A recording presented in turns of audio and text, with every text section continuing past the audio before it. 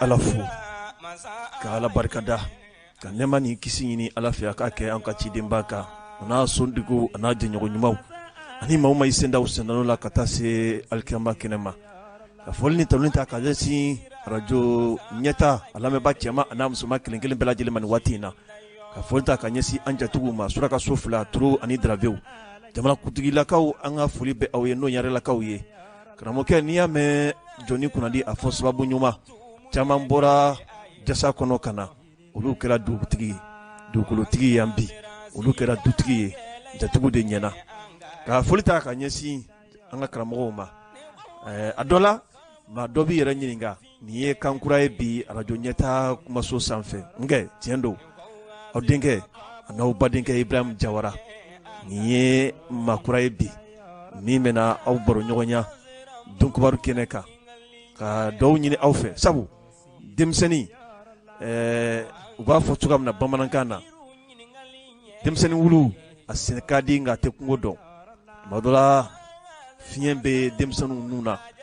nka an bɛ an kalifa don aw bɛɛ lajɛlen na nin ye an dontɔ ye faso baaraw an bɛna ɲɔgɔn dɛmɛ a la k'a ɲini aw bɛɛ lajɛlen fɛ an ka ɲɔgɔn dɛmɛ hakilinaw la an ka ɲɔgɔn dɛmɛ bilasiraliw la baara in a bɛ se ka ɲɛ cogoya min na nɛgɛ kɛrɛfɛ ko an ka siran masa ala ɲɛ nin ye tiɲɛ ye jaa diɲɛ don ka ca jaa diɲɛ bɛ ban jaa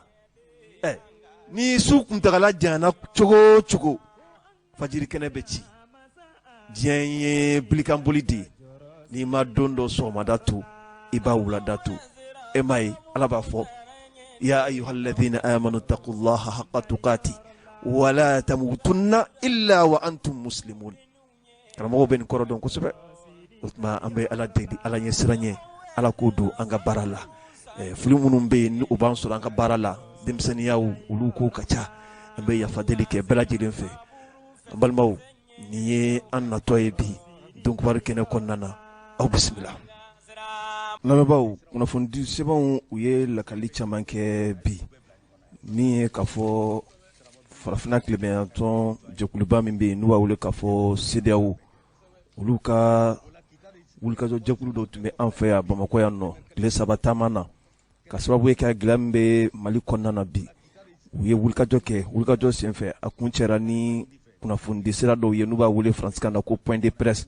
kunnafoni sɛbɛnw olu da don a la ka ɲɛfɔli kɛ. Ko faw ka na Mali kɔnɔ ni Mali kɔ ka faw ka na. An balimaw nin bɛɛ kɔfɛ sa min ye k'a fɔ anw yɛrɛ fɛ Mali kɔnɔ kiiritigɛsoba min bɛ n'u b'a wele k'a fɔ cour d'appel san kɔnɔna na olu bɛ kiiribulon dɔw sigi kojugukɛlabaw olu bɛ taa kiiribulon minnu kɔnɔna na n'u b'a wele faransikan na ko cour d'assises o nun donna a bɛ waati bɔ kunun ko kiri bɔra ka bin Burama Sanogo ale juguya kɔnɔna kunnafoni sɛbɛnw olu da don a la k'a ɲɛfɔ. Ko n'aw mana radio ɲɛtaga la n'aw mana. An balima min ye an ka jamana yɛrɛ a ɲɛmaasoba min bɛ yen n'u b'a wele k'a fɔ présidence de la république o kolatigɛba min tun bɛ yen Bandaw ale ka waati la n'o ye docteur Kalilu Dunbiya ye kunnafoni y'a jira k'a fɔ a bɛ waatinin bɔ bi a tununnen don a yɛrɛ siso ni o bɛ hippodrome de la ani an ka kalanyɔrɔba min bɛ yen n'u b'a wele k'a fɔ ko ex ENA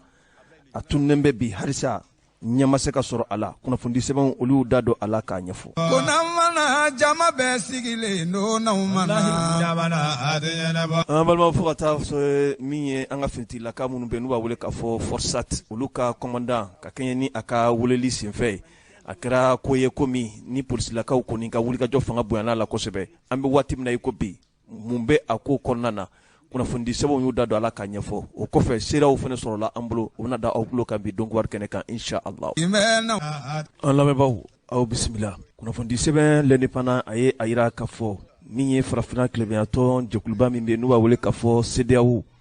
olu ka farakɔɲɔ ka jɛkuluba dɔw bɛ taamana an fɛ Mali kɔnɔna na yan. Taama in a taara jɔ fo tile 3 bɔɲɔnko la Bamakɔ Mali yɛrɛ faaba kɔnɔna na kunnafoni sɛbɛn ale ka lakali la a ye a jira k'a fɔ min ye nin jɛkuluba in ye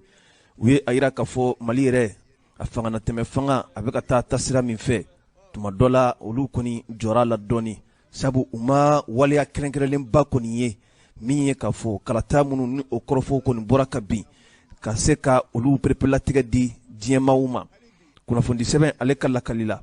u bɛ fɛn min wele k'a fɔ mission d'évaluation nin ye jɛkulu ye kuluba min ni a ɲɛmaya yɛrɛ talen bɛ ka di nizeriyakaw olu ka jamana kɔnɔden min bɛ yen ni nizeriya yɛrɛ a jamana kuntigi kɔrɔ don Goodluck Jonathan ale ka a n'a ka maaw ka wulikajɔ senfɛ anw fɛ Mali kɔnɔna yan a yɛrɛla k'a fɔ kunun ko u ka taama kɔni a nana datugu nka a datugura sa ni kunnafoni sira dɔw ye ka sigili kɛ u ni kunnafonidilaw ye Musa Sayon Kamara ale ka fasiri don a ye a yira k'a fɔ min ye nin kulu in ye u bɛ wulikajɔ la an fɛ yan nɔ kabini sɛpitɛmburu kalo o tile 5 san 2021 kunnafoni sɛbɛn ale ka lakali la a ye a yira k'a fɔ nin kulu in u ka taama a nana kuncɛ kunun ko ka kɛɲɛ ni sɛpitɛmburu kalo o tile 8 ye u ka taama kun nana cɛ ni kunun ko ye sɛpitɛmburu kalo o tile 7 ye kunnafoni sɛbɛn ale ka lakali la a ye a yira k'a fɔ ni maa kofɔlen ninnu u ni jamana marabolo ɲɛma u ye ɲɔgɔn ye o kɔfɛ min ye k'a fɔ jamana kɔnɔdenw olu ka kuluba min bɛ yen n'u b'a wele k'a fɔ société civile u ni olu ye ɲɔgɔn ye min ye politikimaw ye u ni olu fana ye ɲɔgɔn ye an ka diinɛ ɲɛmaw u ni olu fana ye ɲɔgɔn ye kunnafoni sɛbɛn a ye a yira k'a fɔ a bɛ siɲɛ damadɔni bɔ CEDEAO ale ka jɛkulu ninnu u bɛ wulikajɔ la an fɛ yan nɔ ka d'a kan an ka fangatɛmɛ fanga a bɛ se ka ɲɛta sɔrɔ cogoya min na ani kɔlɔsili minnu bɛ yen ka kɛ a la a yirala k'a fɔ kabini fanga laban min ni a furila finitigilakaw olu kɔni fɛ wulikajɔ o fanga bɛ ka bonya kosɛbɛ kosɛbɛ CEDEAO a ɲɛmaaw kɔni fɛ kunnafoni sɛbɛn ale ka lakali la a ye a yira k'a fɔ CEDEAO maaw u ka nin ɲɔgɔn ye bɛɛ lajɛlen kɔfɛ jamana faamaw société civile fo ka taa bila diinɛ ɲɛmaaw nin bɛɛ lajɛlen kuncɛlen kɔ u ye kunnafonidi kɛnɛ kɔni sigi kunnafonidi kɛnɛ min u ye ɲɛfɔli kɛ jamana kɔnɔdenw ye a kɔnɔna na ka a yira k'a fɔ n'i ye jateminɛ kɛ an ka jamana kan layidukanw de dira k'a yira k'a fɔ transition in a man ka tɛmɛ kalo 18 bɔɲɛnko kɔni kan a yɛrɛla k'a fɔ CEDEAO u ka jɛkulu min tun bɛ taama na an fɛ ni a ɲɛmaa ye Goodluck Jonathan ale kɔni ye a ka kɔrɔfɔw kɔni bɔ ka bin u ye a yira k'a fɔ min ye jamana yɛrɛ taabolo ye olu kɔni ma baara kɛrɛnkɛrɛnlenba ye k'a fɔ maa kɔni bɛ se ka kala yɛrɛ turu fɛn min na kunnafoni sɛbɛn ka lakali la o kɛra fɛn ye fɛn min ni maa bɛ se k'a fɔ ko o ye jigilatigɛ ye sabu a yirala k'a fɔ min ye jamanakuntigi kalata ye olu n'u bɛna don février kalo nata san 2022 maa tɛ se ka baara kɛrɛnkɛrɛnnen foyi fɔ CEDEAO maa ɲɛmaw olu ka fɔli la k'a fɔ ko o baaraw de bɛna se ka kɛ min b'a a yira k'a fɔ kalata waati minnu fɔra olu bɛna se ka kɛ a kɛcogo ɲuman kɔnɔna na kunnafoni sɛbɛn ale ka lakali la a ko min ye jamana yɛrɛ a politikimaw ye ɲɔgɔn ye senfɛ olu kɔni ye u ka kanw di CEDEAO a maa ɲɛmaw ma k'a yira k'a fɔ CEDEAO maaw u ka fɛɛrɛ bɛɛ lajɛlen kɛ ka Mali jamana k'a dɛmɛ a bɛ se ka bɔ nin gɛlɛya kɔnɔ cogoya min na wa olu bɛɛ lajɛlen ka wulikajɔ fɛnɛ bɛnnen don ka se ka jamana yɛrɛ bɔ nin gɛlɛya kɔnɔ sabu nin ye waati gɛlɛn jamana yɛrɛ a ka ɲɛnamaya kɔnɔna na kunnafoni sɛbɛn hali bi ale ka lakali la a yirala k'a fɔ maaw kɔni tun sigilen bɛ bi k'a fɔ gɛrɛntɛ min bɛ yen ni a kun sigilen bɛ ka anw faso Mali kan n'o o ye k'a fɔ Mali ni jamana wɛrɛw cɛla kɔɲɛw olu kɔni kɛlen don gɛlɛyaba ye Mali yɛrɛ kɔnɔna na min ye k'a fɔ o gɛlɛya ninnu maaw tun hakili la k'a fɔ ko olu bɛna wuli nin sigi in senfɛ nka a yirala k'a fɔ hali bi o gɛlɛyaw kɔni u nana to sen na min ye Jean-Claude Kwasi ye ale kɔni ye a yira k'a fɔ olu kɔni tɛ u damaga o gɛlɛya ko kumaw kɔni na nka olu bɛ min ni Mali faamaw kɔni fɛ u ka fɛɛrɛ bɛɛ lajɛlen kɔni tigɛ min ye k'a fɔ sɛbɛn kɛrɛnkɛrɛnnen kɔni ka bɔ kalataw u kɔɲɔw bɛna kɛ cogoya min na n'a sɔrɔla k'a fɔ u bɛnna kan min kan u ka baaraw ka kɛ o kan kan o ka kɛ sɛbɛnfura ye ka da diɲɛmaw kɔni ɲɛkɔrɔ CEDEAO a ka se ka faamuyaw kɔni sɔrɔ o la nka an bɛ waati min na i ko sisan waati a bɛ ka koron o n'a ta bɛɛ papiye kɛrɛnkɛrɛnnen kɔni ma se ka bɔ min bɛ se ka perepelatigɛw kɔni di kalata la wa hali kalata yɛrɛ a kɛcogow la hali n'a sɔrɔla k'a fɔ min ye Mali a politikimaw ye bɛɛ bɛ k'i hakilina fɔ u bɛ fɛn min wele k'a fɔ min ye organe unique de gestion des élections nin kumaw cayalen bɛ bi a kɛn bɛ samasamali ye politikima dɔw y'a yira k'a fɔ a tɛna se ka kɛ ka bɛn waati ma dɔw yɛrɛ y'a yira k'a fɔ siga kɔni t'a la a kan ka kɛ wa waati yɛrɛ fana bɛ k'a kɛ nka CEDEAO kɔni ale ka laɲini ye fɛn min ye bi papiye kɛrɛnkɛrɛnlenw kɔni ka bɔ kalataw bɛna kɛ kɛcogoya minnu na baaraw minnu bɛna nun don u bɛna nun don cogoya min kɔni na nin ye CEDEAO ale kɔni ka pereperelatigɛw ye kunnafoni an y'a sɔrɔ sɛbɛn min kɔnɔ u k'a ma ko l'indépendant. ko n'an lamɛnbaa jama sigi bɛ n'anw ma na ko faw ka na Mali kɔnɔ ni Mali kɔ ka faw ka na. An balimaw min ye kiriko nasira ye a yirala k'a fɔ waleya jugu kɛbaw olu ka kiriw minnu bɛ sigi san yɛrɛ kɔnɔna na n'u b'a wele k'a fɔ ko cour d'assises nin ye a tako filanan ye san 2000 ani san 21 kɔnɔna na a yirala k'a fɔ Bamakɔ yɛrɛ kɔnɔna na yan nɔ min ye waleya jugu ye o kɔni kɛra ka ɲɛsin maa min ni o ye musolaka ye kunnafoni sɛbɛn k'a lakalila Burama Sanogo a kɔni jɛra kunun ko kiri bunakun kɔni kan kunnafoni sɛbɛn a ye a yira k'a fɔ kunun ko min ye maa 8 bonyanko olu kɔni ka kiriko u nana bila waati wɛrɛw kɔni na nka sɔni kɔni bɛ da min kan o de ye k'a fɔ siga kɔni tun kɛra maa dɔ la Burama Sanogo k'a yira k'a fɔ k'a ye bingani waleya kɔni ta ka ɲɛsin Mariam Kone ma kunnafoni sɛbɛn ka lakali la n'i ye nin maa kofɔlen yɛrɛ si ta a bɛ t'i jɔ san 27 bɔɲɔgɔnko hakililajigila kabiri san 2000 ani san 20 waati jalakɔrɔjikaw kɔni fɛ yen Kati yɛrɛ jalakɔrɔji a bɛ Kati mara yɛrɛ kɔnɔna na a yirala k'a fɔ min ye Mariam Kone ye ale ye maa ye a bɛ mara la musolaka dɔw kɔni bolo min ye Madame Kajatu Tembile ye kunnafoni sɛbɛn ka lakali la waati tɛmɛnenw na maa dɔw kɔni taara don ni maa kofɔlen ninnu kan n'o ye Madame Kaja Tembele ye ka taa u bololafɛnw kɔni suɲɛ ani u ka sɛziw o hukumu kɔnɔ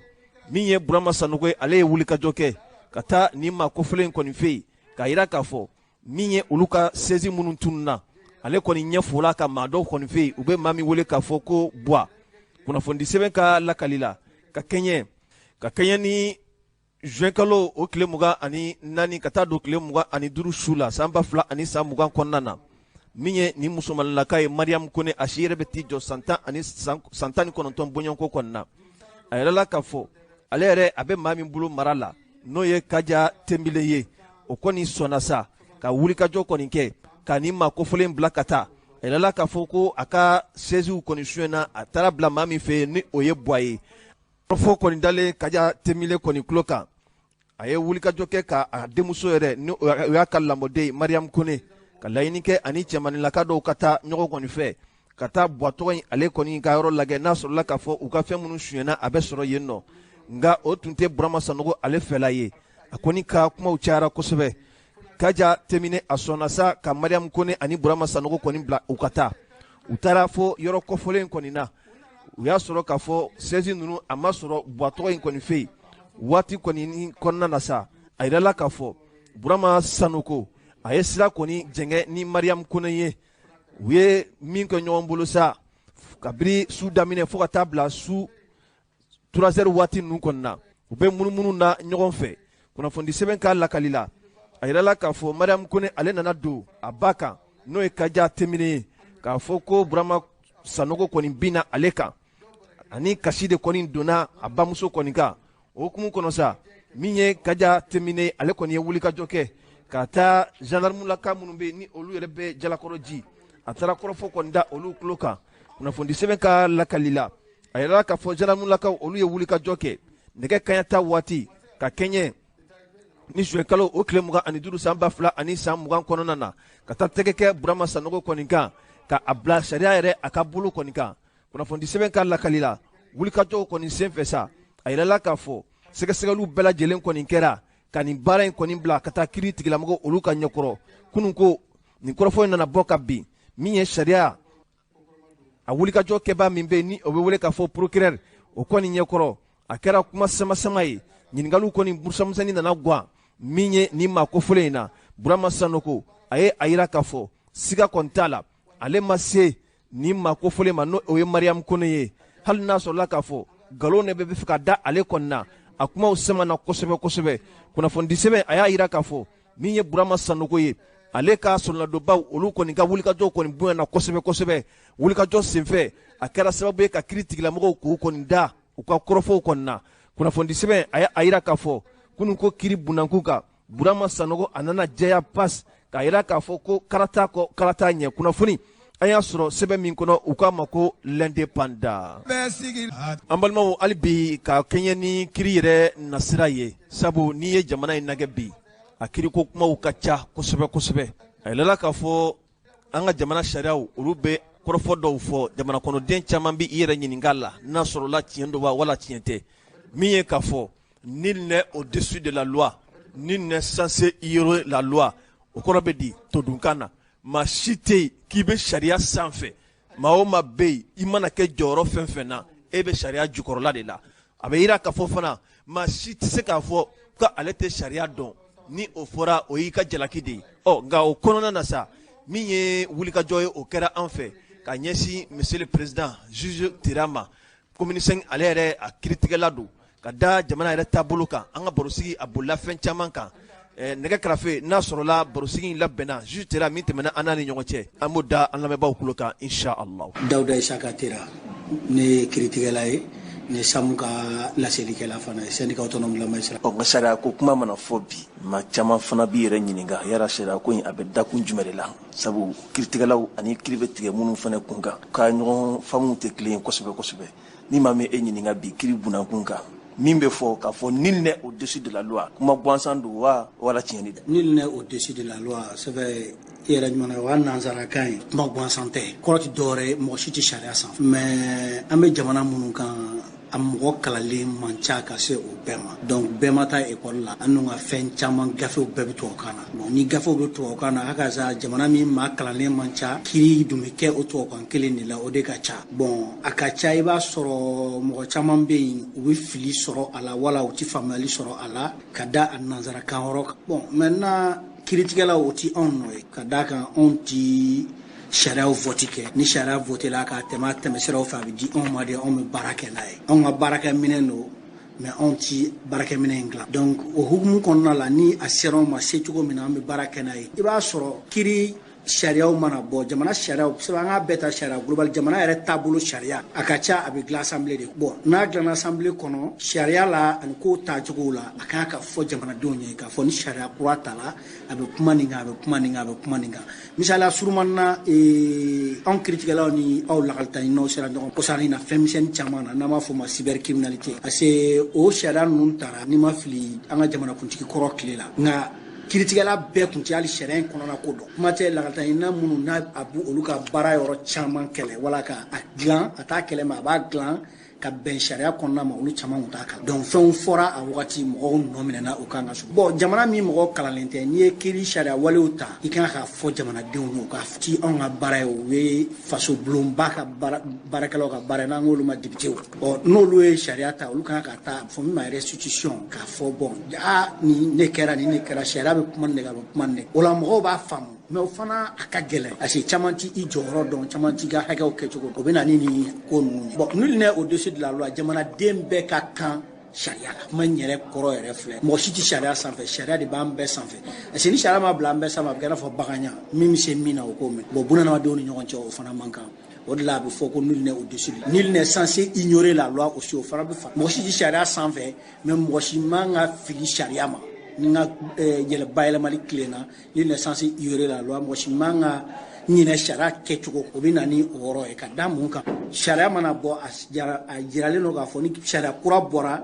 k'a tɛmɛna journal officiel fɛ jamanadenw kan k'a dɔn k'a fɔ bi an bɛ bi min na ni ne bɛ nin ko in baara kɛ ni ne bɛ nin ko in kuma kɛ donc n man ka tɛmɛ nin kan n dan ye nin ye sariya ko tan o de bɛ na ni ko ninnu ye mais an bɛ jamana min kan mɔgɔ kalannen man ca an bɛɛ bɛ todunkan in de fɔ i kɛra kadɔ ye i b'o de fɔ i kɛra bozo ye i b'o de fɔ i kɛra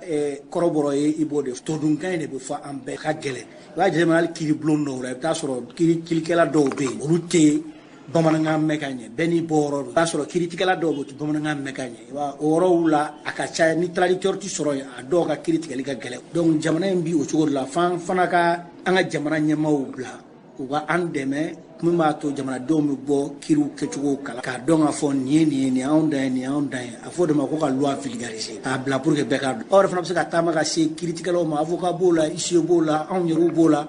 ka an ɲininka bɔ nin kiri sariya in bi ta a bɛ a mun de fɔ nin kan a bɛ mun de fɔ nin kan a bɛ mun de fɔ minnu bɛ se bamanankan fɔ la olu bɛ se k'a fɔ aw ye ka ɲɛ jamanadenw b'a fɔ o fana bɛ se ka kɛ laseli cogo dɔ ye min b'a to mɔgɔ caman bɔ fili. Président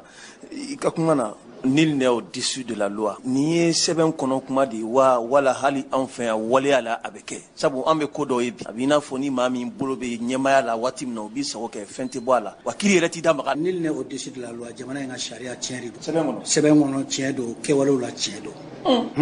mais n bɛna don a la i ka balan ni den bɛɛ balan den ni k'i b'a bɛɛ fɔ ɲɔgɔn fɛ i bɛ tiɲɛni kɛ wala i tɛ se k'a kɛ ko min bɛ fanga la ko o tɛ nɔ minɛ o tɛ tiɲɛ ne ma sɔn kuma in ma fanga bɛ na n tɛ nɔ minɛ n t'i ma sɔn sariya ye taabolo dɔ ka mɔgɔ dɔw fana ta k'a yira k'a fɔ bi a tigi bolo bɛ nin na a ka kiiri bɛ kɛ nin kɛcogo la o kiiri kɛcogo i bɛ se ka taa sɔrɔ o bɛ se ka sumaya ka tɛmɛ e mɔgɔ min ti jɔyɔrɔ sugu dɔ la mɛ a tɛ n'a fɔ a tigi ti nɔ minɛ o fɔlɔ filanan ye mun ye sariya ye hakɛ dɔw de fɔ n'i ye kɛwale dɔw kɛ tant que o san hakɛ ma tɛmɛ i nɔ bɛ se ka minɛ waati bɛɛ donc n'i ye ko kɛ bi ko ne karisa ye i ti sa a la n'i bɔra la don min i nɔ bɛ se ka minɛ o fɔlɔ an b'a fɔ o ma ko prescription de délai d'infraction olu filɛ nin ye olu ko ninnu olu mɔgɔ caman minɛ o fɔlɔ ye filanan ye mun ye ni ne ye nin yɔrɔ in ɲɛmaa ye hali ni ye ko kɛ sariya ko ko bɔn o yɔrɔ tribunal tɛ se ka ne ka kiiri kɛ olu bɛ se ka sɛbɛnw fara ɲɔgɔn kan k'a ci mɔgɔ wɛrɛ ma n'an b'a fɔ o ma procureur général wala PG i y'a faamu sisan donc olu de bɛ se ka nɔminɛ i b'a sɔrɔ sɛbɛnw de bɛ fara ɲɔgɔn kan sɛgɛsɛgɛliw kɛ siraw ka jan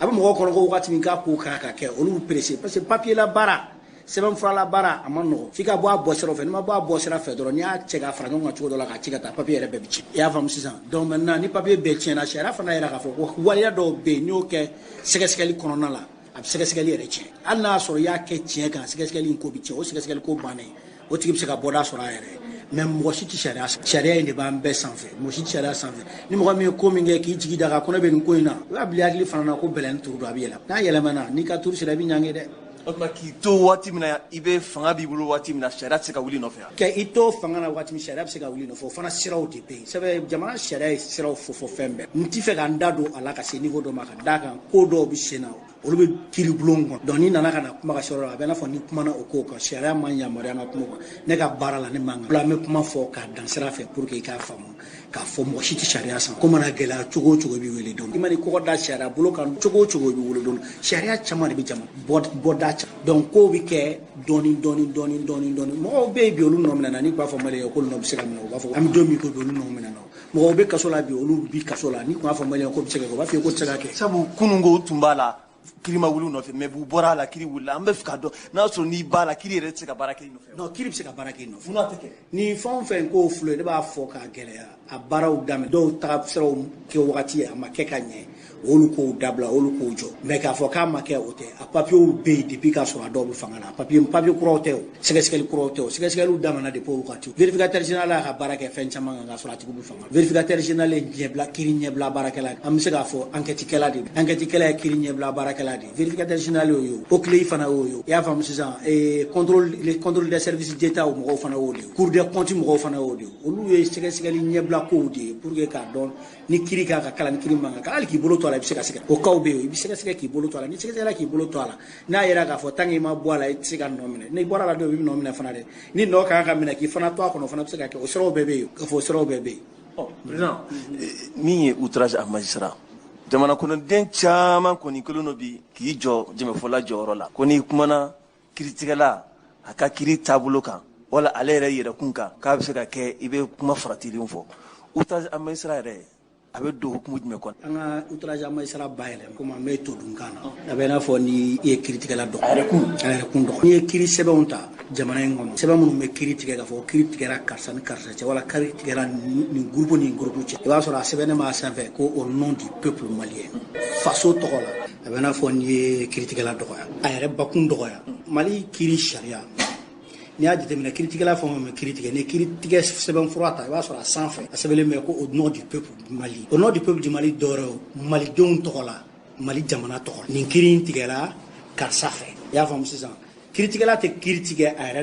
tɔgɔ la mais a b'a tigɛ faso de tɔgɔ la ji min baga bɛɛ bɛ fili fɛn de don a sɛbɛnnen don tubabukan na todunkan na ko e k'a bayɛlɛma i y'a faamu cogo min i ka baara kɛ e min bɛ a bayɛlɛma ka e k'a bayɛlɛma i k'a bayɛlɛma i ka faamu cogo de ne b'a bayɛlɛma n ka faamu cogo la wɛrɛ b'a bayɛlɛma a ka faamu cogo la donc a bɛ se ka kɛ mɔgɔ ka faamu cogo tɛ kelen aw minnu nana kiri la ka na jɔ a ɲɛma a bɛ fɛn de fɔ a yɛrɛ fana bɛ da min na ka kiri tigɛ ni o ye donc ale kɛtɔ la ka kiri tigɛ a bɛ da bɛɛ de da la ka na a bɛ mɔgɔw lajɛ a b'a jateminɛ hakiliman de don a b'a lajɛ karisa ka nin kuma fɔcogo est ce que nin ni tiɲɛ ma sɔn karisa ka nin kuma fɔcogo est ce que fiɲɛ tɛ nin na karisa yɛrɛ kɛcogo est ce que a ye tiɲɛ fɔ mɔgɔninfin ka tiɲɛ fɔ cogo i yɛrɛ bakun ye cogo fana bɛ se k'i ka tiɲɛ yira hali n'i jɔ kiritigɛla ɲɛma an bɛ mɔgɔ caman sɔrɔ a ne yɛrɛ mɔgɔw sɔrɔ a u bɛ jɔ i yɛrɛ ɲɛma i b'a ye a tigi b'a la ka kuma fɔ kuma in gɛrɛlen don i b'a ye a b'a la ka kuma fɔ cogo min na a bɛ lajɛli kɛ cogo min a bɛ yɛlɛma cogo min i b'a ye k'a fɔ a b'a la ka fɛn min fɔ a yɛrɛ dalen ta olu bɛɛ ye jateminɛw ye mɔgɔninfinw ka jateminɛ tɛ kelen ye donc maintenant kiritigɛla bɛ baara kɛ n'o de ye kiritigɛla tɛ ala ye a bɛ arajɔyɔrɔ la mɛ ala tɛ donc maintenant sariya dun ko a bɛ kiri tigɛ malidenw de tɔgɔ la non n'ale ye kiri tigɛ malidenw tɔgɔ la ni kiri tigɛra ni kiri ma diya i ye an b'a fɔ fɛn dɔ ma ko wele i bɛ weleli kɛ o tɛ dɔwɛrɛ ka appel kɛ kiri ma diya e la anw fɛ première instance a daminɛ a ma diya i la i bɛ weleli kɛ a bɛ taa sanfɛ i bɛ weleli kɛ a bɛ se ka taa olu sanfɛ kiri yɛrɛ bɛ se ka taa bɔ a ma a bɛ se ka na tuguni fo o yɔrɔ kɔrɔ la a daminɛ yɔrɔ ma kiri min kɛra kiritigɛla to yen a t'i ka sira kan mɔgɔ min de don a bɛ se ka fili jɔn de don a bɛ se ka fili donc e tɛ se ka na k'i bɛ ale minɛ ko parce que a y'a kɛ tan ka taa a buruja a yɛrɛ bakun buruja a ka denbaya buruja k'a bɔkolo buruja o t'i ka sira kan o de la a bɛ fɔ mɔgɔ ye outrage y'o de i donna a yɛrɛ de kun i b'ale de to yen sariya ko ka kiritigɛla to a ka baara hukumu kɔnɔna na n'i ye fɛn min k'a la i ye outrage kɛ i y'a a fɔra k'i k'o de bila parce que ni bɛɛ bɛ na ko ne tera ye nin kiri tigɛ a damaja ne na ne taara tera buruja k'a tɔgɔ cɛ k'a sini ni mɔgɔ wɛrɛ na ni kalifa fana ta nana a tera bɛ siran ka kiri tigɛ kiritigɛla tɛ se ka kiri tigɛ siran kɔnɔ a tɛ se ka kiri tigɛ chantage kɔnɔ a tɛ se ka kiri tigɛ dɔgɔyali kɔnɔ a tɛ se ka kiri tigɛ mafiyali kɔnɔ fo mɔgɔw k'o faamu donc ni e dun ye o kɛwalew ta ka se a ma hakaza fana a bɛ kɛ maani ye donc maani tɛ se ka baaraba kɛ dɛ kiritigɛ dun tɛ fɛn baaraden ye kiritigɛ ye baaraba an bɛɛ bɛ yan i denmisɛnnin tɔ i si b'i kɛ dɔwɛrɛ tɛ hakili baara tɛ foyi tɔ to bunahadamaden n'a fɔra k'i b'o hakili baara fana na tuguni pression jugu b'i kan i bɛ dɔgɔya i bɛ nɛn fana ma fɔ dɛ o de la a ɲinina mɔgɔw fɛ kiri min bɛ i ni a cɛ i ni tɔɲɔgɔn cɛ appel kɛ i ka kiri kiritigɛla to kiritigɛla ka vie t'i ka sira kan kɛcogo t'i ka sira kan a ye to dun a ka so o t'i ka sira kan a ye bu dun a ka so o t'i ka sira kan a fa bɛ tan o t'i ka sira kan a ba bɛ tan o t'i ka sira kiri i ka problème i ka kiri de i bamaw ma ale to yen. président ni kiritigɛla ye waleya dɔ kɛ min bɛ sariya fana sɔsɔ don komi an b'a mɛn tuma dɔ la kiritigɛla k'a fɔ sisan ko mise en liberté ni ale ye maa bila kaso la ni kalo kelen ma dafa a t'i da maga kuma na ka sɔrɔ sariya dun ko mise en liberté a dagalen don adamaden ye waati o waati. non an kana ko da ɲɔgɔn mise en liberté faamuyali cogo dɔ de don f'i k'a faamu karisa donna kaso la a ye demande kɛ k'a ka bila sariya ko i bɛ se ka demande kɛ waati o waati ja n'i ye demande kɛ fana i ka demande kan ka examiner munna i ka demande kan ka jateminɛ n'a sɔrɔ i kan ka bila wala ni man kan kiritigɛla k'a fɔ ko ni nin waati in tɛ ale t'i bila ni kiritigɛla y'o fɔ a ye fili kɛ mais ne ma deli ka kiritigɛla ye k'a fɔ n m'a mɛn mais ni kiritigɛla y'a fɔ a ye fili kɛ mais ne kɔni m'a ye n m'a mɛn mɔgɔ m'a fɔ. an lamɛnbaaw nin tun ye kiritigɛla tera ye o kɔfɛ min ye avocat cɛkɔrɔba dɔ bɛ yen n'u b'a wele k'a fɔ maître Amadu Cɛwulen Jara ale ye maakɔrɔba ye wa professeur yɛrɛ don université la a bɛ droit kɛ kalandenw kɔni kun an ye wulikajɔ kɛ ka taa ale fana ma nin kiriko kuma minnu bɛ yen ani a bɛ yira k'a fɔ ko maa si tɛ jamana sariya sanfɛ barosigi min tɛmɛna ani maître AT cɛ an ka jɛ ka o fana lamɛn. maître kuma dɔw bɛ yen aw ye sariya baarakɛlaw ye e ye sunu avocat ye u b'a fɔ ko nul n'est censé ignorer la loi nul n'est au-dessus de la loi e yɛrɛ fɛ o nin tɛ sɛbɛn kɔnɔ kumaw de ye wa est ce que nin ye tiɲɛ ye Mali kɔnɔ wa. n ka tiɲɛ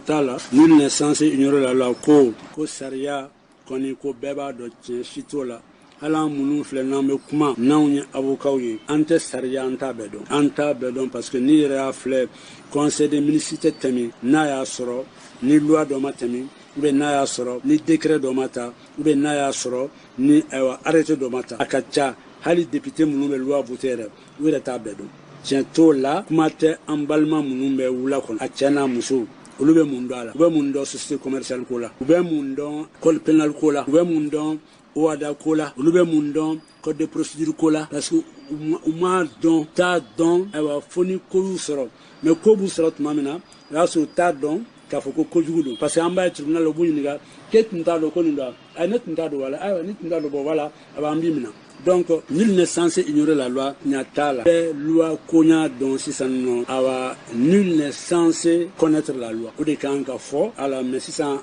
règle ni nul n'est censé ignorer la loi farajɛ jamana la n'a kuma fɔra ye a kuma fɔra wagati minnu na olu y'a sɔrɔ u b'a fɛ awa sariya ka batu awa wasa jamana ba ka sigi nka don min bɛ bi ko la awa luwa yɛrɛ cayara ka caya fo luwa yɛrɛ kɛra jamanaw insécurité bari insécurité luwa bɛna ni insécurité parce que luwa bɛna ni insécurité yɔrɔ min na i b'o dɔn a bɛ na i bɛ taa sɔrɔ luwa dɔ bɛ fɛn dɔ fɔ a bɛ taa dɔ contredit a bɛ taa dɔ contredit décision dɔ bɛ ta tribunal la sisan a bɛ taa loi dɔ contredit décision dɔ bɛ ta jurisprudence la sisan an b'a fɔ awa dɔ bɛ ta bi awa i bɛ taa sɔrɔ awa min taara a bɛ san 10 ɲɔgɔn bɔ a bɛ contredit an b'a fɔ ma k'a fɔ ko awa olu ye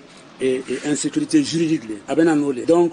insécurité juridique tɛ dɔrɔn k'a fɔ ko juge bɛ kiiri tigɛ awa ni kiiri ɲuman tɛ dɛ insécurité juridique ye fɛn min ye n'a y'a sɔrɔ luwaw taara ka taa k'u yɛrɛ bɛ ɲɔgɔn sɔsɔ i bɛ dɔ b'a fɔ nin minɛ dɔ bɛ nin minɛ tan a bɛ tiɲɛ d'a ma dɔ fana bɛ nin minɛ tan a bɛ tiɲɛ d'a ma donc o de ye insécurité juridique yɛrɛ a bɛ a b'a loi kunda a bɛ jurisprudence kunda aussi olu de don. mais nul n'est au-dessus de la loi fana nin fana ye kuma min n'a bɛ an ka sariya gafew kɔnɔna na nka tuma dɔ la ni mɔgɔw ka kɛwale anw fɛ yan maa min bɛ yen don min na n'ale bolo bɛ fanga na ni fanga b'a la a b'i sago kɛ fɛn tɛ bɔ a la nka o waleya kelen i bɛ maa gansan sɔrɔ a b'a kɛ a bɛ taa kaso la nin bɛ se ka bɔ an ka jamana kɔnɔ. ayiwa sisan u b'a fɔ ko fana nul n'est au-dessus de la loi o fana ye gafe sɛbɛnni de gafe sɛbɛnni dɔ dɔrɔn a bɛ fɔ walasa mɔgɔw bɛɛ ka to awa loi jukɔrɔ n'o ye sariya ye président ka to loi jukɔrɔ awa ministre ka to a kɔrɔ député ka to a kɔrɔ ayiwa hali citoyen minnu bɛ quartier la n'o ye jamanadenw ye n'u bɛ hali sarakadeli la u ka to loi jukɔrɔ o bɛɛ ye loi batuli ye nka n'an nana filɛ tiɲɛ t'a la parce que hali loi yɛrɛ bolo maa ni maa man kan munna maa ni maa man kan parce que président minacogo ani mɔgɔ min bɛ ayiwa sarakadeli kɛ u minacogo tɛ kelen ye u tɛ kelen parce que yanni tigɛ ka da u kan a ko ka ca député yanni tigɛ ka da a kan n'a ye suɲɛli kɛ a ko ka ca ministre n'a ye suɲɛli kɛ a n'a ye tiɲɛli kɛ yanni tigɛ ka da a kan a ko ka ca an ka sariyaw dilannen bɛ bolo min kan sisan n'a ma yɛlɛma yanni tigɛ ka da nin faama ninnu kan n'u ni fantanw ye ko kelen kɛ fantan minɛ ka di ni faama ye donc ni yɛlɛma de ma don o la ka kɛ komi i n'a fɔ ministre députéya présidentya baaraw don fonction don n'i b'a kɛ i b'a kɛ mais n'i ye jalaki sɔrɔ a kɔnɔ dɔrɔn i ka b'a kɔnɔ mais fantan n'o ye sisan nɔ sariya sɔsɔ sisan nɔ a minɛli ka teri ni awa faama ta ye i b'a dɔn hali faamadenw yɛrɛ fana t'a fɛ mais nka juge dɔw bɛ yen u tɛ faamadenya filɛ mɔgɔ la u tɛ foyi filɛ ni ko kɛra n'a dir'u ma u b'a tigi bila ka taa kaso la mais yɔrɔ dɔw fana la i b'a dɔn faamadenw hali ni sariya m'a fɔ bon olu bɛ sɔrɔ walew de fɛ dɔrɔn kɛwale ko de don dɔw b'u ɲɛ tugu u ka kokutaw kan dɔw tɛ fɛn k'u la dɔw bɛ siran u faw ka position ɲɛ o de y'a kɛ n'u y'o ko kɛ u tɛ minɛ donc k'a fɔ ko nul n'est au-dessus de la loi papier de don dɔrɔn a bɛ sɛbɛn awa kuma de don dɔrɔn a fɔyɔrɔ ka jan nka ni tiɲɛ u tɛ ɲɔgɔn fɛ ani tiɲɛ tɛ ɲɔgɔn fɛ bari ani tiɲɛ fana ka jan mɔgɔ dɔw bɛ yen nɔ olu bɛ loi sanfɛ mais n'a fɔra u bɛ loi sanfɛ bari u bɛ loi sanfɛ fo wagati de la n'u bɛ baara min na n'o baara ma ban awa tigɛ tɛ se ka da o kan quoi o yɔrɔ y'o ye quoi. Comme i ka kuma yɛrɛ sera ma ni mɔgɔ min bɛ jamana ɲɛmayaso baara la waati min na sariya tɛ sɔn ka wuli nɔfɛ wa ou bien o ye sariya baarakɛlaw ka peut-être courage baliya de ye wa. sariya de tɛ wuli nɔfɛ parce que a bɛ gafe de kɔnɔ ko maga man ka k'i la par exemple député filɛ n'a ye kojugu kɛ sisan nin nɔ awa juge tɛ se k'a minɛ n'a y'a sɔrɔ awa député bulon mɔgɔw u ma réunion kɛ k'a labila ministre fana n'i ye sariya sɔsɔ cogoya dɔ la a bɛ fɔ k'a fɔ i nɔ minɛli fo niveau trahison don parce que a kuma ka ca u b'a fɔ i nɔ minɛli soit i nɔ bɛ minɛ nka i tɛ se ka minɛ a i nɔ bɛ minɛ k'a bila yen fo kɛ ba i ka baara la n'i banna i ka baara la i bɛ se ka ɲininkali faransi a tun bɛ yen Jacques Chirac ninnu olu tun nɔ minɛna avec Sarkozy ninnu u nɔ minɛna nka u bɔra baara la maintenant n'u sɔrɔla ka awa wele kana tribunal la mais olu ka sariya u y'a yɛlɛma sisan sariyaw yɛlɛmara bon an fana ta yali an bɛ se ka sɔn k'a yɛlɛma ka s'o niveau la parce que olu ye société minnu ye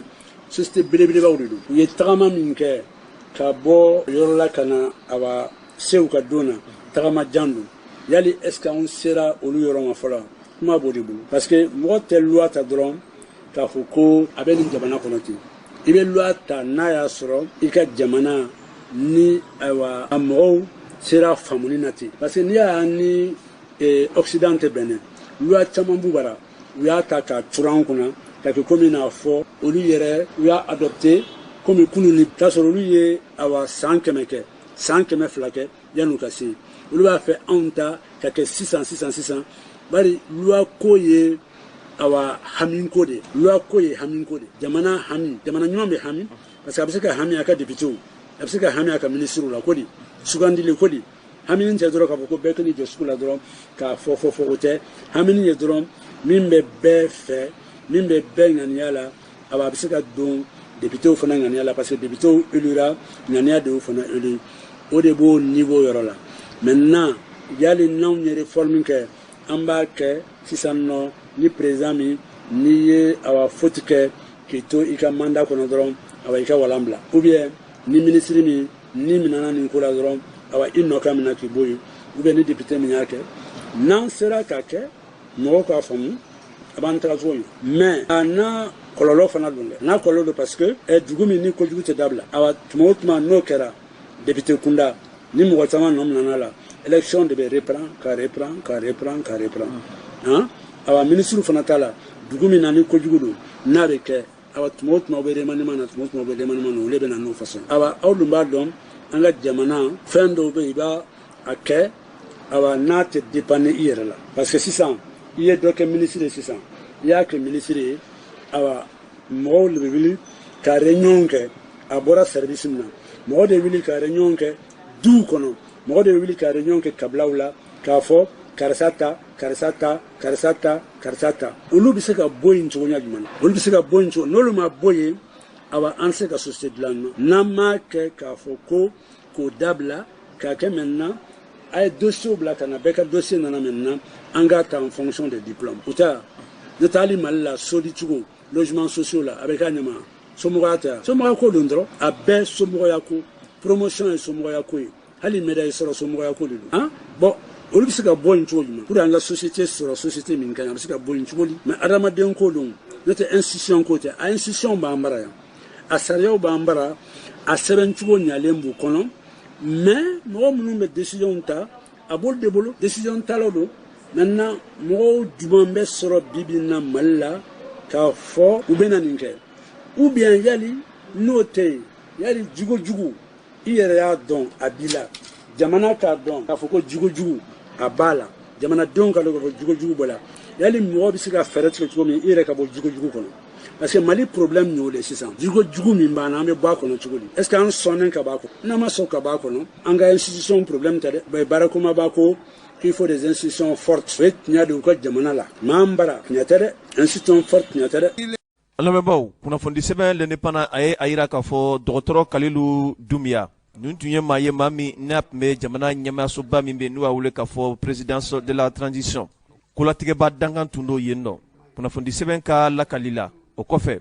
a yirala k'a fɔ min ye bandaw ale ka waati ye a kɛra kolatigɛba yɛrɛ ye yen nɔ u bɛ fɛn min wele k'a fɔ secrétaire général de la présidence kunnafoni sɛbɛn ale ka lakali la kunnafoniw y'a yira k'a fɔ a tununa kununko nka n'i ye jateminɛ kɛ n'i ma kofɔlen a yɛrɛ dagalen bɛ yɔrɔ min na o de ye hippodrome de wa nin baara in kɛra hippodrome de ani ex-ENA o ni ɲɔgɔn cɛ la kunnafoni sɛbɛn a ye a yira k'a fɔ ka kɛɲɛ ni siraba min bɛ taa jamana yɛrɛ a ɲɛmaasoba min bɛ ni o b'a wele k'a fɔ palais de kuluba o sira yɛrɛ senfɛ kunnafoni sɛbɛn ka lakali hali bi a y'a yira k'a fɔ nin ye maa min ni a bɛ karamɔgɔya de kɛ ex-ENA o yɛrɛ kɔni kɔnɔna na ye wa maa do a si yɛrɛ bɛ t'i jɔ san 30 ani san 5 bɔɲɔgɔnko kɔnɔna na hakililajigi la ni ma kɔfɔlen a kɛra jamanakuntigi ale ka kolatigɛba ye u bɛ fɛn min wele faransikan na ko secrétaire général de la présidence de la république bandaw ale yɛrɛ ka waati la ka kɛɲɛ ni janvier kalo o tile 29 san 2000 ani san 21 wa a yirala k'a fɔ bandaw kabiri ale kɔni bɔra a ka baaraw kɔni kɔnɔna na ni ma kofɔlen a nana nɔra bila Asimi Goïta a yɛrɛ sigilen kɔ fanga kɔnɔna na ka kɛɲɛ ni kunnafoni nasira jɔnjɔnw ye a yɛrɛla k'a fɔ kabiri ni ma kofɔlen bɔra jamana ɲɛmaayaso yɛrɛ a baara kɔnɔna na a kɔni nani ɲɛsin a ka kalanko de ma a bɛ kalan kɔni di kuru kɔni di kalandenw kɔni ma ni o bɛ fɛn min wele k'a fɔ cours de droit o kɔni ye a ka baara ye ka kɛɲɛ sa min ye tɛnɛn tɛmɛnen ye septembre kalo o tile 6 san 2021 a bɔra a yɛrɛ ka so kɔnɔna na ka kɛɲɛ ni nɛgɛ kaɲɛ 10 waati ye k'a bɛna a ka kalayɔrɔ kɔnɔna u bɛ yɔrɔ min wele k'a fɔ FSJP a yɛrɛ k'a fɔ nin maa kofɔlen o sira de senfɛ sa a nana kana tunu ka kɛɲɛ ni kunnafoni nasiraw kɔni ye wulikajɔ olu kɔni bɛ senna an bɛ waati min na i ko sisan min ye jamana wɛrɛw olu lasigiden minnu bɛ yen olu kɔni kunnafoni na wa CEDEAO olu ka ɲɛmaa min bɛ yen olu fana kunnafoni na a la kunnafoni kɔni carilen bɛ bi min ye jɛkuluba minnu sigilen bɛ adamadenw ka hakɛw kɔni tɔbɔtɔli kɔni kan Mali yɛrɛ kɔnɔna na olu fana kunnafoni na kunnafoni kɔni carilen bɛ an bɛ waati min na i ko bi jamana fantan a 4 bɛɛ lajɛlen na kunnafoni an y'a sɔrɔ sɛbɛn min kɔnɔ u k'a ma ko l'indépendant an balimaw hali bi o l'indépendant kelen kɔnɔ a ye a yira k'a fɔ min ye polisilakaw olu ka kulu kɔnɔ cakɛbɔdasoba min bɛ n'u b'a wele k'a fɔ ko Forsat olu ka ɲɛmaba n'o o ye Umaru Samake ye ka kɛɲɛ ni sariya nɔgɛnbaw olu ka wulikajɔ la a nɔfɛ kunnafoni sɛbɛn ka lakali la a yɛrɛ la k'a fɔ sɛbɛnfura kɔni kun dara nin maa kofɔlen kan n'o o ye commandant de la Forsat ka kɛɲɛ ni procureur ale ka wulikajɔ kɔni ye o hukumu kɔnɔ sa polisilakaw u ka wulikajɔ fanga bonyana kosɛbɛ kosɛbɛ a yɛrɛ la k'a fɔ sɛbɛnfura min kun dara ka k'a ka taa kaso la o kɔni nana wuli nka min ye sariya a wulikajɔ kɛbaa ye ale kɔni ye jamana kɔnɔdenw kɔni ladɔnniya ka yira k'a fɔ nin baara min filɛ nin u bɛɛ lajɛlen jigi ni hakili kɔni sɛmɛ k'a fɔ baara in nɔgɔ kisɛ kelen tɛna dɔn a la wa u bɛna a baara kɛ dɛmɛ tɛna kɛ maa si fɛ sariya ye min laɲini a bɛna kɛ o cogoya kɔni na ka kɛ ni procureur de la République près du tribunal de la commune 3 Ousmane Fati ale kɔni ye kunnafoni kɔni bɔ ka bin ka yira k'a fɔ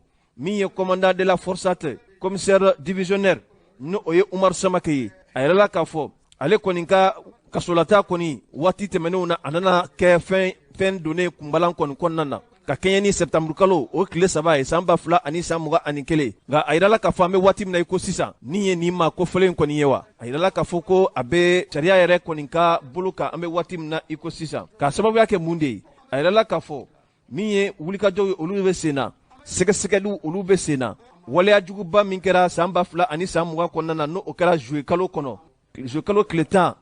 11 12 fagali waleya min taara ka ɲɛsin jamana kɔnɔden dɔw ma o hukumu kɔnɔna na sa sɛgɛsɛgɛliw olu kɔni bɛ sen na a yɛrɛ la k'a fɔ min ye procureur ye ale kɔni ye perepelatigɛw di maa si tɛ sariya sanfɛ wa sariya in a baaraw bɛna kɛ a tɛna kɛ sariya fankelenma ye cogoya si la maa o maa bɛ yen ko i nɔ bɛ sɔrɔ a la sɛgɛsɛgɛliw ni olu bɔra a kan i ni min ka kan sariya bɛ o nɔgɔli kɔni da ka kɛ i kan nka min kɔni bɛ fɔ bi waati in na a yɛrɛ la k'a fɔ sɛgɛsɛgɛliw olu bɛ sen na wa ni sɛgɛsɛgɛliw bɛ sen na a tɛ bɛn olu ye k'a fɔ k'u b'u da don sɛgɛsɛgɛliw olu kɔnɔ kumaw kɔni na nka nin kɔni ye kibaruya ye ka da jamana kɔnɔdenw u bɛɛ lajɛlen tulo kan min ye commandant ye commissaire divisionnaire Umaru Samake a bɛ sariya yɛrɛ ka bolo kan an bɛ waati min na i ko sisan kunnafoni an y'a sɔrɔ sɛbɛn min kɔnɔ u k'a ma ko l'indépendant an balimaw ka kɛɲɛ ni commandant Umaru Samake ale ka wulikajɔ senfɛ sariya nɔgɛnbaw olu ye wulili kɛ a nɔfɛ polisilakaw u ka damakasiw kɔni cayara kosɛbɛ kosɛbɛ nka an ye barosigi kɛ ni Buguna Danbele ye Buguna Danbele ale ye polisilakaw olu ka sunadon jɛkuluba min bɛ yen ale ye o ɲɛmaa ye a bɛ kulu wɛrɛw fana kɔnɔna na barosigi min tɛmɛna ani Buguna Danbele ni ɲɔgɔn cɛ la an ka jɛ ka dɔɔni lamɛn o la. Adjudant de police Buguna Baba Danbele politique ka syndicat tɔn min bɛ yen n'a fɔ syndicat autonome de la police nationale o jɛkuluba o ɲɛmɔgɔ de ye ne ye en même temps syndicat ye jɛkuluba dɔ an bɛ ɲɔgɔn sɔrɔ kɔnɔ n'o ye synergie des syndicats n'o ɲɛmɔgɔ dɔ fana ye. Juma tɛmɛnen waleya dɔw kɛra aw polisiw fɛ waleya in a gɛlɛyara dɛ a kɛra kuma caman ye jamana yɛrɛ kɔnɔna na jamana kɔnɔden bɛɛ y'i ka hakilina fɔ a la e ye polisiw ka sɔnnadontɔn ɲɛmɔgɔ ye dɔ ye i yɛrɛ y'a fɔ cogoya min na nin nana cogo di aw yɛrɛ. Bon a nana cogo min na i n'a fɔ n b'i yɛrɛ fo i ka wulikajɔ la i ka cɛsiri la aw bɛ baara mun na n bɛ profiter fana ka mɔgɔ bɛ a sɛbɛn ani minnu b'a fɔ araso bɛɛ an bɛ bɛɛ fo u ka faamuyaliko ɲuman na an b'u fo u ka dɛmɛ la jamana ka basigi a ye baara min k'a kɔnɔna la ko in kɔnɔna la n bɛ caman kalama la tiɲɛ don a bɛ kunnafoni di a bɛ intervention fana kɛ a bɛ mɔgɔw bilasira a bɛ fɛn caman kɛ i ni tɔɲɔgɔn bɛɛ lajɛlen b'aw bɛɛ fo wulikajɔ min kɛra juma tɛmɛnen n'o ye an ka commissaire divisionnaire Umaru Samake Forsati ɲɛmɔgɔ don Forsati olu ka baara ye ka terroristbaw minɛ ani ka u balo ka tiɲɛniw na ani zonba kule ninnu n'a ɲɔgɔn ani minnu bɛ attentat jugubaw kɛ ka yɔrɔw ci ka jamana ci ale ka baara ye o olu minɛnen i n'a fɔ a y'o caman minɛ bi olu caman bɛ Mali faamaw ka bolo kan waleya mun kɛra le 10 le 11 12 juillet c'est pas juillet de tɛ M5 ka wuli ka jɔ mun tun bɛ jamana kɔnɔ o waati kun la ni banni mun kɛra an bɛ tasi kɛ Bamabatɔ ye fɔlɔ o de kuma yɛrɛ la nafamaba ye a ka hinɛ u la k'u dayɔrɔ sumaya an bɛ taa jɛ mun ma Ala ka bɛɛ lajɛlen nɔgɔya o kɔnɔna de la a fɔra ko enquête ka dayɛlɛ parce que ko an tɛntigiw yɛrɛ yɔrɔ caman ni fɛn caman kɛra polisi dɔrɔn tɛ forçati i b'a kalan ko forçati dilanni bɔra ne de kunkolo kɔnɔ forçati polisi forçati gendarmerie forçati garde forçati a hakilina a bɔra ne buna de kɔnɔ parce que Mali ka di cogo min na forçati yɛrɛ bɔra ne bi kɔsa in na de caman bɔra a kalama parce que ko mana kɛ dibi la fɛn kuma bɛɛ n'a fɔ don forçati ni hakili bɛ hôtel Radisson na a waati ni ye image jate ne b'a ye fadenya dɔ tun bɛ tentigiw ni ɲɔgɔn cɛ ni bɛ action dɔ kɛ dɔrɔn u bɛ sina ka a fili réseaux sociaux kan bon an dun m'a dabɔ o kama jamana ko de don ne sigilen ye nin jateminɛ dɔrɔn ne nin tiɲɛna ko tɛmɛnen i bɔɲɔgɔn dɔ bɛ yen ko Jagara Yosi indépendant journaliste don i b'a dɔn i b'a dɔn i bɛ se k'a ɲininka fɛnɛ bon comme aw ka sɔrɔ faamaw la an ye Sénégaliste ye ŋaniya ɲuman dɔw bɛ n'an y'a fɔ faamaw ye hali n'a sɔrɔ u bɛ fɛ ka kɛ u t'a kɛ n ye ko dɔ jateminɛ Radisson mouvement in na n k'a ma ne kunkolo minɛ ten o a ka di n ye i ka se journaliste Salifu ma an bɛ Salifu yɛrɛ fo n'u sera ka force spéciale dɔ créer port ni ɲɔgɔn cɛ u bɛɛ bɛ ɲɔgɔn sɔrɔ mun kɔnɔ n'u bɛ opération u ka jɛ ka opération kɛ ɲɔgɔn fɛ ko u bɛ se ka na ni ko dɔ ye parce que ne ye ko min ye ni ko m'an kunkolo minɛ quoi fo n ka ko dɔ k'a la quoi forçati création i tɛ mɔgɔ sɔrɔ Mali de kɔnɔ mun bɛ se k'a fɔ ko nkalon don a tɛ i aussi bɛ balo la o Salifu bɛ balo la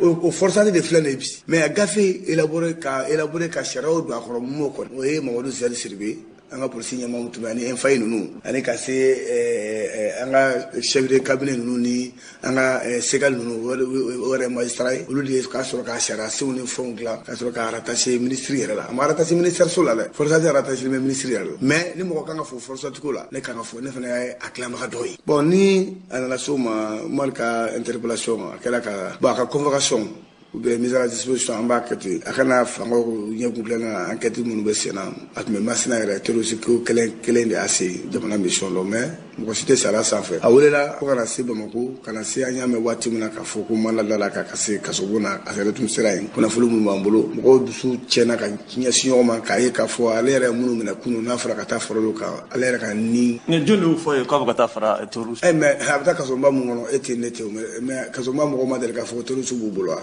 u ka syndicat kɛlɛ dɔ m'o fɔ wa kasuma yɛrɛ m'o fɔ wa y'o fɔ kasuma kɔnɔ ko ka ca n bɛ yɔrɔ min na sisan yɔrɔ ani mɔgɔ caman kumana an bɛna don o la kuma bɛ kuma la n'i y'o fɔ mɔgɔ bɛ tigɛ la parce que ni ani faamaw kumana n bɛ profiter ka magistrats yɛrɛ fo ka faamuyali ko ɲuman na kɛrɛnkɛrɛnnenya la n'u ka ministre fo n'a ma deli ka ɲɔgɔn ye yɛrɛ baara min kɛ nin ko la basigi ni bɛn ni ko bɛ se ka lakilen cogo min na parce que mɔgɔw bɛ ka filɛ cogoya min na o siraw tɛ mais n bɛ tila ka don kɔnɔna na nin ko in an ye sigi ka fɔ caman ka ko kɔnɔna na fo kana se bi ma bon n'i ko terroriste tɛ yen o kuma ninnu an tɛna o détail de tugun mais ce qui est sûr n'a bilala yɔrɔ la komi a seginnen a bɛ yɔrɔ dɔ la bi mun bɛ se ka to baara bɛ continuer an n'an ko an bɛ don kɔnɔna na kuma porokotolen dɔ kana se ka bɔ i m'a faamuya parce que an bɛ yɔrɔ min na sisan an ni mɔgɔ caman kuma na k'o sigilen bɛ k'o seginna a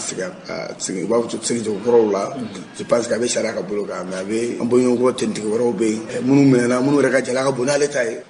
olu bɛ yɔrɔw la yɔrɔ minnu fana bɛ yen komi yɛrɛ bɛ ko faama minɛ yɔrɔw bɛ yen an fana fɛ peut-être n'a fisaya ma k'a ni yɛrɛ la kisi pour que enquête in yɛrɛ tɔw bɛ ɲɛ parce que n'i ye kɛlɛ in jateminɛ a bɛ komi an yɛrɛ ye magistrats de ka kɛlɛ kɛ o cogo di mais ni enquête bɛ mun kun kan peut-être a bɛ se ka kɛ i b'a kɛ a tigi ka taa mais n'i hakili mɔgɔ wɛrɛ ye anw y'o ye a bɛ ɲɔgɔn dafa a filɛ nin yɔrɔ min na a yɛrɛ bɛ sécurité ɲuman kɔnɔ a même temps a bɛ yɔrɔ la yɔrɔ minnu fana ni mɔgɔw bɛ yen an bɛ se k'a fɔ minnu ka jaga wɛrɛ ka bon n'a ta ye o n'a ɲɔgɔn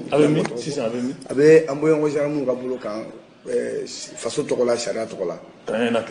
bon a kɔni bɛ a mana kɛ yɔrɔ min na an tɛn'o fɔ n kɔni b'a la a bɛ gendarme a ye wulikajɔ min kɛ aw wulila ka taa aw ɲɛsin Mali kasobon ma ka taa ko aw ka commandant ko a di aw ma aw de y'a bɔ kasobon kɔnɔ wa ou bien faamaw de y'a da aw ma ka bɔ yɔrɔ wɛrɛ la Jawara tiɲɛ tɔgɔ Mamadu an ma la aw ye ni mɔgɔ Jawara jama mana kɛ cogo cogo i b'a sɔrɔ bɛɛ n'i ka agenda caché don Jawara anw tun infiltré don ka bɔ Jimasa fo ka se mɔgɔ jɔn fɛ minnu kan k'o baaraw kɛ n'u ye mun kɛ o bɛɛ dɔnnen don kungo bɛ kɔnɔna na problème ye mun ye ne tun bɛ kasobon da la i kɔni b'a dɔn ne tɛ tiɲɛni kɛla e bɛ ne dɔn o de y'a to i sera yan an ma don kasobon kɔnɔ mɔgɔ yɛrɛ kasobon da la k'an ka don kɔ ka taa lajɛ an ko non an ma n'o kama kasobon fana yɔrɔ ye Mali yɔrɔ dɔ ye mais au moins moyen de pression bɛ ko dɔw kɔnɔ an bɛ fɛn leçon dɔw nɔfɛ bɛɛ ka analyse dɔw kɛ mɔgɔ bɛɛ e yɛrɛ ye analyse dɔw kɛ ko in kɔnɔna na en tant que journaliste aussi bɛɛ ka bali ka nin kɛ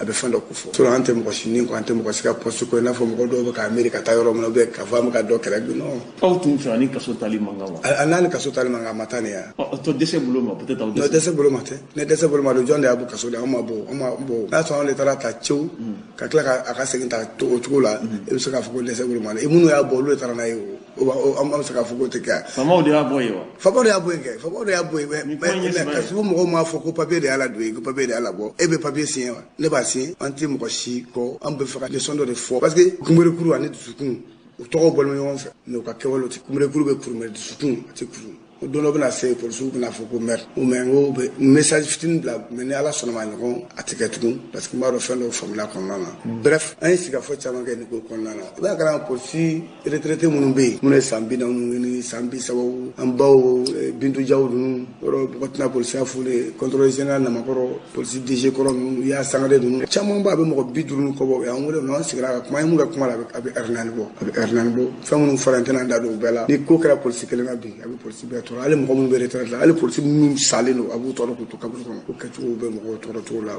an tɛ don kɔnɔna na bi kɔni an bɛ yɔrɔ min na an y'o yɔrɔ minnu fɔ a bɛ yen o kɔfɛ tuguni o kɛra dimanche lundi polisi direction i b'a yɔrɔ dɔn ACI la an ye réunion min kɛ a bɛ 2-3 bɔ an n'an ka faamaw ka fara Umaru yɛrɛ somɔgɔw kan ka fara Umaru yɛrɛ kan ka fara ka promotion ka amical ni fɛnw caman kɛra ko in kɔnɔna la depuis i yɛrɛ b'a la kumakan sisilen don fɛn caman kɛra mɔgɔba caman ani journaliste caman dinɛ ɲɛmɔgɔ caman da donna la bon waati in na ni ko i b'i da don bɛɛ la ka bɛɛ ka kuma fɔ dɔw ka kumaw tɛ se ka lakale parce que olu kumaw fana b'a la a bɛ komi an kumaw kɛlɛkɛbolo yɛrɛ de ka nin ko in na non an tun t'an kɛlɛkɛbolo kan an t'o yɔrɔ la tugun an bɛ ala fo k'a barikada plus de peur que de mal faut pas que an ka taa o sira fɛ tugun explication minnu bɛ mɔgɔ ma yɔrɔ minnu faamu an b'olu ɲɛfɔ parce que an tɛ se ka layiru ta jamana ɲɛmɔgɔ ye cogo dɔ la ka na kuma dɔw fana fɔ kuma min bɛ se ka mɔgɔ dɔw fana dusu tiɲɛ t'o niveau la sinon ni question b'i bolo i bɛ se k'o fɔ. an ye kunnafoni sɔrɔ k'a fɔ maa o maa tun bɛ nin ko in ɲɛmaya la ni o kunkolo yera ko nin bɛɛ bɛ n'i ta sɔrɔ a la kelen yala e y'o kunnafoni sɔrɔ wala baara daminɛla aw ka kulu kɔnɔna na. bon jamana ɲɛmɔgɔ ka ko don an fana b'o ɲini n'u y'o kɛ y a pas de problème jamana kɔnɔ ko caman kɛra coup d'état 2 kɛra san kelen kɔnɔ ko ka ca ne y'a tila ni réconciliation waati de anw wulila ni mɔgɔ caman kumana n yɛrɛ ye foliw kɛ i b'a dɔn nin tɛ kuma cogo ye n'o kɛra an b'a daminɛ depuis 2012 la ka na ko kɛra o ko bɛɛ ka kɛ n'o kɛra datu bɛ filen kɔnɔ k'i b'a finman bɛɛ cɛ i tɛ finman wɛrɛ sɔrɔ yen dɛ ko caman kɛra o ka se bi ma n'u y'o fɔ y a pas de problème an b'a daminɛ a daminɛyɔrɔ la a kana laban a laban yɔrɔ la n'o kɛra i yɛrɛ y'a tɔ faamu. aw tun ko PAC mɔgɔ min fana minɛnen bɛ ko polisiw tɔɔrɔla ko k'olu fana labɔ ka di aw ma ko n'u ka taa o tuma na aw bɛ sariya sanfɛ. ayi sa e y'o f'i ye ne ko est ce que Mali journaliste bɛɛ ka ɲi wa est ce que aw bɛɛ jogo ye kelen ye wa n'aw bɛɛ bɔra ɲɔgɔn fɛ i b'a sɔrɔ mɔgɔw ka fɔtaw tɛ kelen ye o de y'a to communiqué kɔnɔ ma d'a la n'a sɔrɔ e ye communiqué in kalan an ye yafa ɲini kɛ an sigiɲɔgɔn ni an balimaw fɛ ani population fɛ o kɛra sɛbɛnni na o dala kuma tun t'o ye o polisi syndicat bɛɛ don syndicat kelen tɛ o parce que peut-être kuma ka nɔgɔ an minnu ma i n'a fɔ i ye question posé diyagosa anw bɛ ye sanni ɲɛfɛ pour que ka kumaw ladilan kuma kana tiɲɛ ka se niveau dɔw ma o de y'a kɛ hali ne kumakan sisilen don parce que ne de kun kumana parce que au moins anw bɛna débat o la k'a fɔ bi ye journaliste ye ka kuma a ma nɔgɔ dɛ.